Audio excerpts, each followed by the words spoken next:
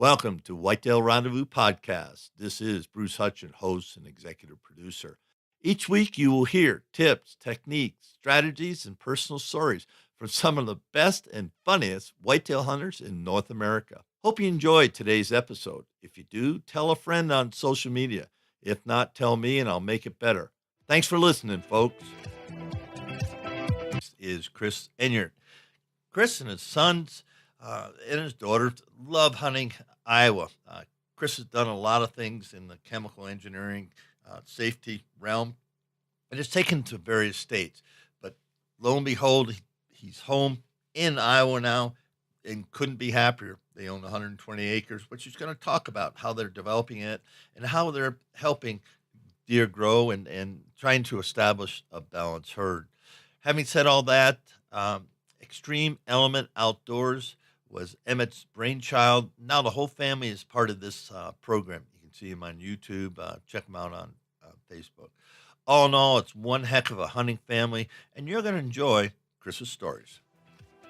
Hey, folks, welcome to another episode of Whitetail Rendezvous. This is your host, and we're heading out to Iowa, the land of the giants. And from social media and stuff, some big bucks are falling down all over the Midwest. But Iowa, doggone it, they just got they got a corner in the market, I guess. So we're meeting with Chris Enyeart, and Chris is the father of a bunch of kids that started Extreme Element Outdoors. So, Chris, welcome to the show. Thanks, Bruce. Glad to be here.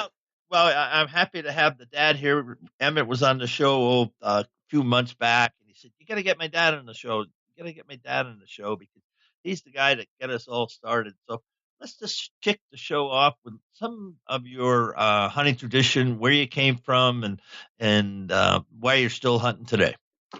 Yeah, so I'm certainly flattered that Emmett made those comments. What I've always tried to do is expose my kids to the outdoors. I was certainly fortunate to grow up in a family with family tradition of hunting. Grew up in the state of Pennsylvania, and a lot of hunters in the woods. First day of Pennsylvania rifle season, but there's a great tradition. Grew up in that hunting camp environment, and really that's where it all got started. Took an interest in bow hunting and just developed a passion for whitetail deer hunting and overall outdoors.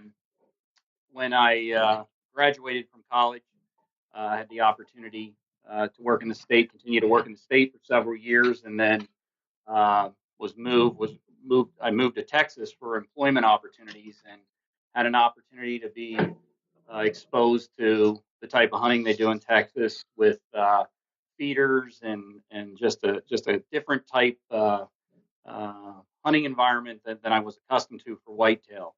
So had some success there, enjoyed it a great deal, but my heart and my passion was eventually to get back to the Northeast or potentially the Midwest, and that opportunity came when I had the opportunity to go to Ohio, and of course when we made the move, we were challenged to. I lived in a relatively urban area, and it was difficult to not having, being from that area. It was difficult to obtain access to property and quality population density, but still managed to to continue hunting and we had success there as well. In fact, Emmett shot his first deer in the state of Ohio, and then had the opportunity to go to Iowa, and we've been here ever since. So we've, of course, many of your listeners are probably aware that the state of Iowa and the quality of the whitetail deer here, but there's still some great opportunities in Iowa for access to public hunting, and I don't know if it's one of the best kept secrets, but some may not want that to get out, but I'm firsthand knowledge that there's some great public hunting in Iowa, and there's still pockets of building relationships and being able to access some private property for hunting as well. Yeah, I think Emmett shared a couple of those places on his show, and it was really interesting how if you spend the time, invest some time, and try to be a, as I call it, a good hand with the landowner, you'd be surprised what happens. Yeah, it's come a long way. I know in a prior you and I talked in a prior conversation. I can remember when I was a young kid, you could gain access to property through, a handshake, offering to bale some hay or help out around the farm, and maybe even offering up some of your harvest. But as the hunting industry has progressed, it becomes more types of things. But I think through persistence and developing those relationships, the highest level of respect, those opportunities still exist. So, So why did you guys start your extreme element outdoors? What was the kicker on that? well, Emmett, he's had an interest in hunting since he was just a youth, and I would say his high school age years, when he was older, later in his teens, um, and he started with wanting to video, self video his hunts, and it really all started with that. And he would say, Dad, why don't we look for opportunities to share this with others? And I think it's challenging, and going, your hunts takes it to a whole new level.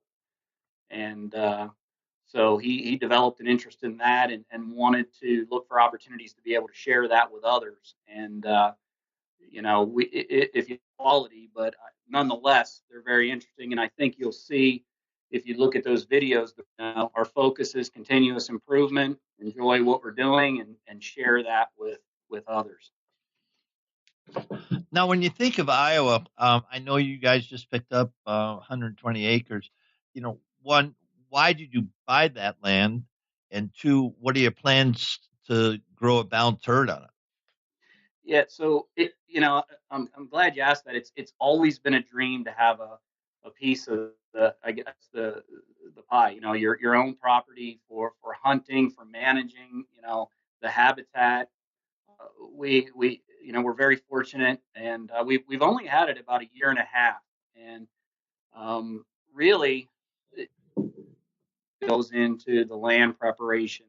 We were fortunate to we had to pro some equipment to get some food plots in this hunting season. We're developing a long-term plan for what the habitat should be, and that's really the enjoyment out of it. That's why we did it, and I'm finding I'm enjoying that as much as hunting itself. Now, what type of terrain is it? It was youth season. We took my youngest son first deer off one of the food plots we planted. So, and that's what we got that footage of that as well. So it's overall very exciting. What type of terrain is it? All ag land or creek bottom, or what's it consist of? Could you say again? Yeah, what does the land consist of? What type of topography? So we've got rolling terrain. It's 120 acres. It's 90 timber, and we've got 30 acres of field. We've got about 15 acres in food plot, and it's rolling terrain with some pretty deep ravines that break up the property. For a 120 acre parcel, in my opinion, it hunts pretty big. What does that mean? Hunt's pretty big. Well, it's we can have multiple tree stands, a couple to two, three hunters in there at one time. I think where they're, perhaps wind is not affecting each other. It's not like I would say a flat parcel that with visibility you can see from one side to the other. With the contour of it, it breaks things up, and I think you can hunt your a section without potentially negatively impacting some another hunter. So if that makes sense. Is that why you bought it? Because of the versatility of terrain? Yeah, that was a piece of it. The region is to have relatively high deer density. It has a good reputation, that region of the state, and it just so happened, it it it had everything we need. I wanted some field, some area for food plots, and the majority of it were timber or where we would create cover, and it kind of has all that to offer with the potential too. With some hard work, we can make it even better. Now, do you have water on it? We do have there, the ravines in some places will hold water. We also have like a small, what I would say is like a frog pond on it as well. So Yeah, just FYI, it depends how steep your ravines are, but I know a lot of guys that put, small dams, not huge, filled up to the top dams, but they'll they'll put dams on a number of them, and it holds water just longer, and sometimes through the summer, they'll certainly dry up after a while, but with runoff and everything, it creates a lot of little pools that deer, don't have to leave the security cover, whatever, and they can go get a drink. yeah, yeah, that's great advice. And I think the other opportunity that we were looking for was a place of our own that perhaps we could create, a sanctuary, manage, pass on lower age class deer, and then see if we could potentially benefit from, of course, that translates into antler size, but that was something else we were looking forward to as well. This year, we've got a pretty good, our trail cameras indicate we've got a pretty good inventory of deer. A lot of them very young deer. Um, Nothing that I would say is massive that stands out. I certainly want to hunt that deer, but looking forward to the years to come and see what by passing and starting to identify and name some of these deer to see if they return the following year, if we can hold any of them. Being 120 acres, it's not always easy to hold them there, but certainly, we may have the opportunity to benefit, and I think some of our neighbors manage as well. We'll see. That was my next question. Have you, one, met your neighbors? Two, what's their hunting, focus goals, whatever you want to call it? And have you discussed, if we manage this correctly, guys or gals, we can really grow some nice deer here. Have you had those conversations? I have had the opportunity to meet some of the neighbors, just great people. Anytime you get rural Midwest people, good people everywhere, but just saw the earth. We have great neighbors. Some of the property is actually, it's outfitted. One of my neighbors' outfits is an outfitter, so they already recognize the benefit of managing the herd and trying to let deer get to a mature age. So some of that is already in place and recognize the need that we need to harvest does to make sure we keep the right balance. Now, have you done anything with QDMA yet or talked to those guys? I haven't, Bruce, and it's that is something we're going to definitely do. This like a whirlwind. We just got the ground about. It was a little over a year ago, and we put a structure on it, so there was some little bit of construction activity, and then trying to acquire some of the equipment. So we've had so many things going on, but that is something we're definitely going to do. I'm going to seek out some advice, some third party advice on what are some of. I have some ideas, but I'd like to bounce them off some people to see what they think as well. Yeah, my recommendation, just go to QDMA website and look up the regional guy or gal, and just say, hey, next time you're in the area, can I buy you a cup of coffee or can we have lunch or whatever? Because in my opinion, they do as well as anybody in the industry of helping people do a couple things. One, grow a balanced deer herd. Two, build the relationships. They call them co-ops, but it's a relationship with your neighbors, and they do that really well. And it's a pretty impressive group. And the other thing is Land and Legacy. Here's a shout out for Matt Dye and Adam Keith. Land and Mm. Legacy can be found on the web. I have no idea what they charge. I have no idea, but they've been on my show a number of times, and they're just really great young men.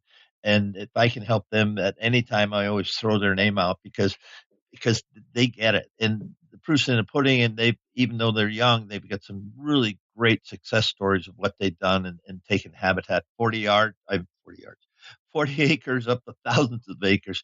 And, you know, that's what they call the company, Land and Legacy, because the legacy of hunting is what they want to help everybody, all their clients get to. So there you go, guys. Yeah. So when you talk about your hunting tradition, you talk about Easton, and talk about Emmett, and what does it feel like when Easton just shot his first buck? What does it feel like for Dad? Can you explain that? Yeah, it's probably a good thing my wife's not listening. But I you rank those most important those days in your life that you remember forever that are most important. And at the top of everyone's list is when they got married, when their children are born. Now, I'm not going to say it's that there, but I got to tell you, when you have a passion for hunting and getting your kids out there and getting them involved, it's there. I can remember when Emmett harvested his first year. I was there with him and Easton, and it's one of those days you'll never forget. It's just etched in stone, and you can still recall the little details of the experience. So you know.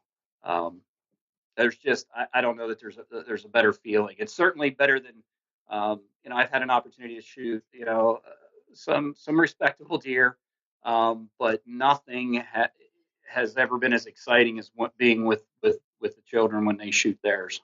It's a special time, and that brings me up to you're doing such a great job of passing it on. Why don't you give some advice or tips or something to some of the listeners out there, single mom, dads, whomever, about helping passing on the hunting tradition? Yeah, so some of this may be from learning the hard way, but I think what we try to do is make it fun.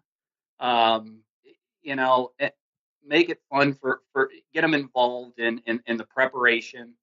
Uh, Make it enjoyable for them. I think one of the keys is, and for some people it may be more difficult for being able to access property, but you want to set them up for success. Um, I personally don't think it should come too easy. I like to see them have to work for it, whether it be in the preparation or whether it be time in the stand or in the blind.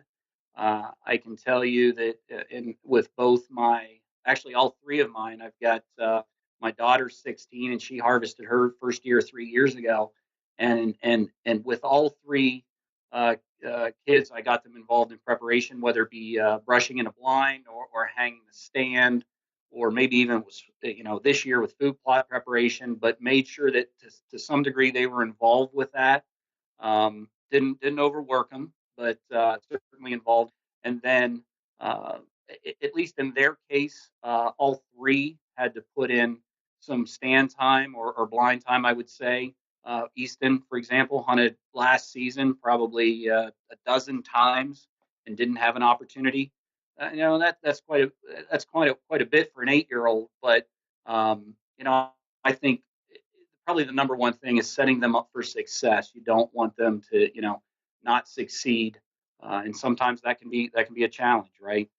You don't want them to get bored with it. But the other thing too is making the time quality. One of the things I like to do is hunt with them in a blind. I don't like to do a lot of tree stand hunting because in the blind we can still have conversation, without disrupting. We can still talk, we can whisper, and that is, high quality time. I was with my 14-year-old daughter when she harvested her first deer, and I spent a couple days, couple sits with her, several sits in the blind, and I got more information in those sits than I got, hours outside of the woods. So Isn't that rambled on. interesting? No, that's Yeah, good. I like that. I like the last part where you had some real conversations with your daughter without distraction, and you kind of talked to some stuff that maybe you hadn't talked about in a while or never. But there you are sitting out, and all of a sudden there goes the conversation, and that's priceless. yeah, yeah. And I also, and I think most parents are aware of this, but I also, take advantage of the technology, the iPads and the cell phones, keep them on silent. But that helps quite a bit as well. I will say it's a lot different than when I was introduced. Uh, where you went out and nearly froze, and it was all you look forward to was getting back to the camp initially to warm up because of the time of year. But yeah, I don't know if that's useful, but that's Yeah, well said. And since we're talking about the kids, and I know your background is in safety in the chemical business, so let's talk about safety first and how you train your kids to be safe in the woods. yeah. Well, safety is a number one priority, whether it be handling a firearm or particularly with the bow hunting, the tree stand safety. Um, you know, it's they know it's important to me. I think sometimes at an early age they don't understand because of they haven't experienced consequences or know anything that's happened to anyone they personally know. So I try to give them examples of incidents that have occurred that I'm aware of, or and the impacts to those people's lives, whether it be a loss of a loved one, or perhaps it's a disabling injury, what kind of impact it has to their life, and then the other thing is setting the example, you know, when you're out there, making sure that it's 100% tie off in a tree stand, and the firearms always pointed in the safe direction, unloaded. All of those things. It's setting the example, trying to get them, making sure they understand the consequences, but really emphasizing the how it affects people's lives. And I think those are the things that I try to go by, because I certainly don't want them to learn it the hard way. And nobody wants that. And, it's up to all of us listeners, whether you've been in a tree stand for decades or this is your first, you're taking somebody out the first time. And more so than ever, I shudder when I think of the wooden stands that we used to put up and 2x4s and ice. You get in there and it's dark and your hands are gripping it and it's slipping because all the rungs are iced over. It's just Yeah, crazy. Oh, forget safety straps. There weren't any safety harnesses, straps. You know, there wasn't. I mean, yeah, just no, and no, yeah. And when I first started bow hunting, I don't know that anyone used. Of course, I was late in my teens, but it wasn't far into my early 20s that I started using a harness. It may have been ahead of the curve a little bit, but I think the first one I used I got from a place I worked, so it wasn't one produced by one of the companies that are manufacturing specifically for hunters. so listeners, I know everybody knows this, but you know, ground blind, you don't need a safety harness unless you're like me and you fall asleep. You don't want to fall out of your chair. That's a joke. But if you're going in hang-ons and especially double sets with everybody who's doing so much filming, it might be a ladder stand, then you get a hang on above it for your camera set. Please, please, please, please, please, just think of your wife, your boyfriend, your girlfriend, your mom and dad. Just do it. Just if you can't, if you forget your harness, is might as well have left your bow or your gun at home. That's my thinking. Your thoughts, Chris? No, I agree with you absolutely. This is what I do for a living as far as putting in place programs to try to help protect people. But it's inherent in all of us. It's easy to get complacent or look at a situation happen to me. Um, and I would be willing to bet just about anyone that survived an incident. If you ask them, they would say, I didn't think it was going to happen to me. And it's one of those things you just can't take the risk. You may perceive it as a low probability, but it can and it will happen to you. Yeah, because it does every year. Okay, moving forward in that. Be safe. That's our statement on that. And what's your one big thing when you're hunting? If you do one thing every single time you go in the field, what is it? Hmm. Well, okay. Well, we talked enough about safety, so I'm not gonna. That's certainly at the forefront.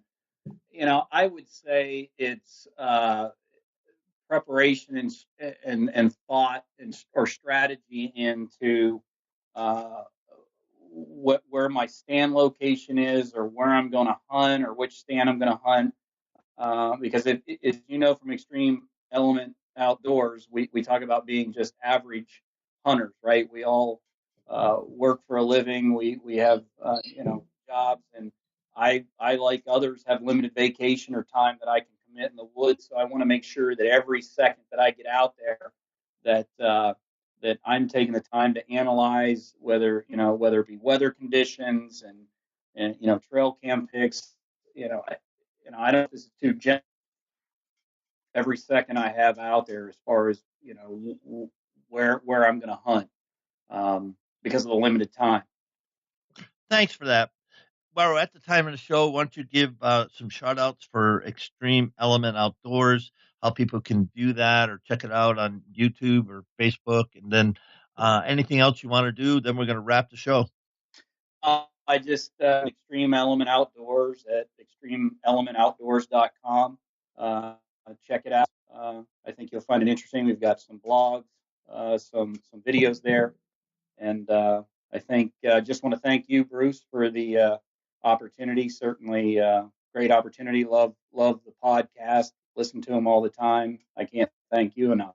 Well, I appreciate that. And sometime if I ever draw another Iowa tag, I shouldn't last, folks. It gets frustrating for us out-of-staters, but it does because there's wonderful deer there, and even more important, and I think Chris hit upon it earlier. The hospitality, the people in rural Iowa they're off the charts. So. Thanks so much for spending your time, and say hello to Emmett for me. And I look forward to catching up down the road.